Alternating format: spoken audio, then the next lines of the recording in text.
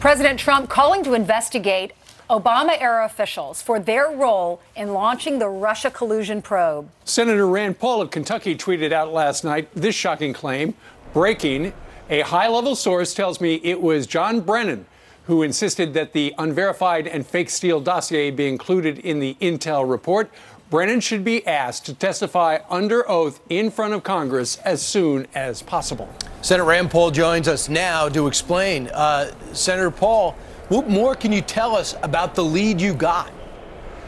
Well, my source tells me that the intelligence community, Obama's intelligence community, Brennan, Clapper, Comey, they were frustrated because they had this Russian dossier, but nobody believed it was real. It wasn't verifiable. They couldn't get anything of it. So they sent spies into the Trump campaign. They tried to entrap Trump officials to admit they were working with Russia. That wasn't working. And so they were frustrated, but they wanted to somehow get this information out, this Russian dossier, that even the media wasn't publishing. Nobody would publish it because it was so scandalous, unverifiable, and likely fiction. So finally they decided, well, what we have to do is attach this dossier, this fake dossier, to an intelligence report. So the president receives these intelligence reports and they're given directly to the president. Well, what they do is they staple to the report the Russian dossier. So now Obama's officially seeing it, and then also it's given to Trump at this point. But realize that this is a big circle. They'd had the dossier for months and months. So when John McCain is given the dossier, it's given to him by people who may have leaked it from our government to John McCain, so John McCain can give it back to the FBI. I mean, it's a crazy circle, all trying to justify something that wasn't true, but extraordinary power of these people and extraordinary corruption. And they almost brought, they tried to bring down a sitting president. This shouldn't happen to anybody. And when President Trump spoke to us this week, he said he doesn't want it to happen to any future presidents, Republican or Democrat, that the intelligence agencies use all of their power of surveillance to actually try to bring down a sitting president. Yeah, you say that Brennan, Clapper, and Comey were all frustrated. What's frustrating is they use this dossier, this unverified, salacious dossier, very scandalous, as you say, to try to take down the president. You tweeted out you have a high-level source. I doubt you're going to tell us who the source is, but I have to ask, who's the source? And if you're not going to tell me the name, how trustworthy is this person? I think it comes from someone who has a great deal of information about what's been going on. Not everybody, nobody knows the complete picture yet. And that's why I'm in favor of, the president has now said that he's going to declassify some of these documents. See, I believe that the dossier, had been held by the FBI for several months. Brennan starts his little group to investigate it. I believe at that time they did talk to President Obama about it, and I think they should all be asked, when did President Obama learn about this and what was his recommendation? He's in charge of the government. Did he recommend that you try to spread the dossier throughout the government? Remember those reports right around the time of the election, right after Trump won, They were saying that Obama officials were spreading this information throughout government.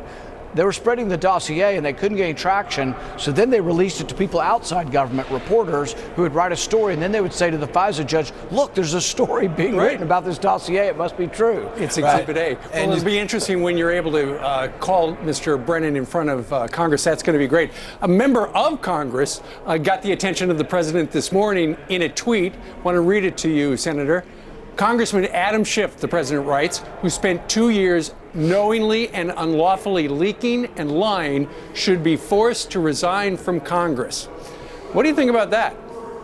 Pretty strong words. I think we should see the evidence. I think if you're on the intelligence committees or any committees that handle sensitive material, leaking that to the media is a crime and ought to be a crime. And we have certain rules for congressmen, so you can say things in public on the floor in the spirit of debate. You can't be censored for that. But if you're from a committee hearing a classified hearing and then you're talking to a reporter about it, that is a real problem. It's one reason why whenever I go to a classified hearing, I don't stop and talk to the media immediately, because I want to make sure that I've collected my thoughts and that I don't reveal anything that came from the classified hearing. But it does happen a lot. Oh, yeah. It comes all throughout government. That's a sad thing. It comes from the Pentagon. It comes from the Department of State. Yeah. I talk to ambassadors, our ambassadors overseas, and some of them are afraid to talk to me on official lines because they're being listened to by other members of our government. Yeah, and by the way, the Democrats are not buying the summary. They still think the president colluded just about to a person. They just can't get enough of this story.